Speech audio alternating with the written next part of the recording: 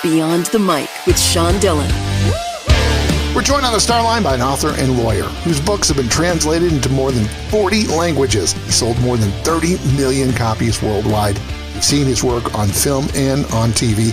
His latest book is Suspect. We welcome Scott Turow. Good morning. How are you doing, Sean? Absolutely great, Scott. Let's go beyond the mic. Pinky is Sandy Stern's granddaughter, who we met in your last book, The Last Trial. What made her story so important to tell?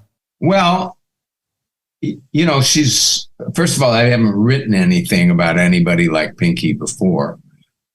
Among other things, she's 40 years younger than I am, and lives, by her view, kind of freaky lifestyle. She's got what appears to be a common nail through her nose, and she's bad with people. They scare her a little bit, and as a result, she's kind of in your face, often misses social cues.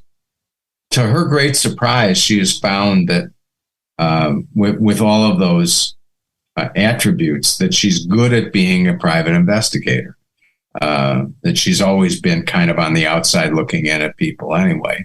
And so this is a profession that suits her. Pinky is such a totally different character for you. Character development is in each of your characters is important, even for those who may only occupy a moment on that page. Why does that matter to telling the story? I've always thought it's the heart of writing fiction, and whether we're talking about books or even films. And the reason that people want to hear stories is to get outside their own life and to know what it's like to be in somebody else's skin.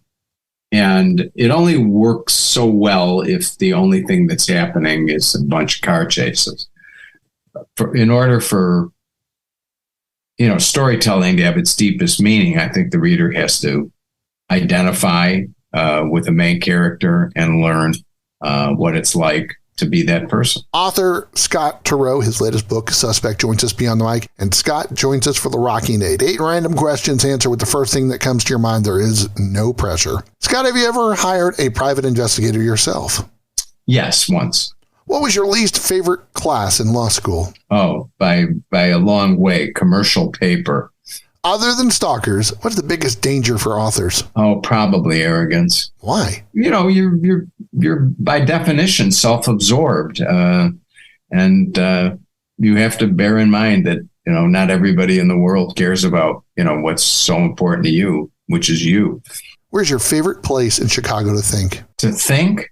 Pretty much where I am right now in my house in Evanston. Finish this sentence. Life is too short not to have a good time. What's your golf handicap? It's at an all-time low. 15.9 is my index. Wow, beats me. Yes, it hasn't been there. It's never been there. But I broke 80 recently, and it tumbled. So congratulations. Which is worse, the snow in Chicago or dodging hurricanes in Florida? I try to avoid both. Right at the moment, of course, you'd say the hurricanes. But I mean, generally speaking, I've about had it with winter. And it's not snow. It's the grayness and the ice. Scott, where's the weirdest place you've written a portion of your book? Standing outside the Willis/Sears Tower with a pad on top of the granite nameplate for the building. That is interesting. Is this her only story, or will we see Pinky again? Well, I don't have another story in mind for her, but you mentioned David Kelly, who with J.J. Abrams is making Presumed Innocent as a Apple TV Plus series. David is also optioned Suspect. And his idea for Pinky is that he'll tell first this story and then for several seasons beyond that, tell other Pinky stories. And he'll probably ask my suggestions about that. But right now, Pinky's extended life is going to be on film rather than in my books. Scott, why is writing enjoyable for you? Basically, yeah. I mean, it's why I still do it. Some writers just suffer. And I've never understood why you do it if it was so painful to you. I love it. I have a good time. So what's your next project? I so far haven't said out loud, except that there will definitely be a trial. It's about a guy who has never actually been a defense lawyer, but has been everything else in the legal world, who's forced to defend the young man who is about to become his stepson. It's time for One Big Question with Scott Turow. Beyond the mic, Scott, your books have been made into movies, TV shows, and read all around the world. What would you like to be remembered for?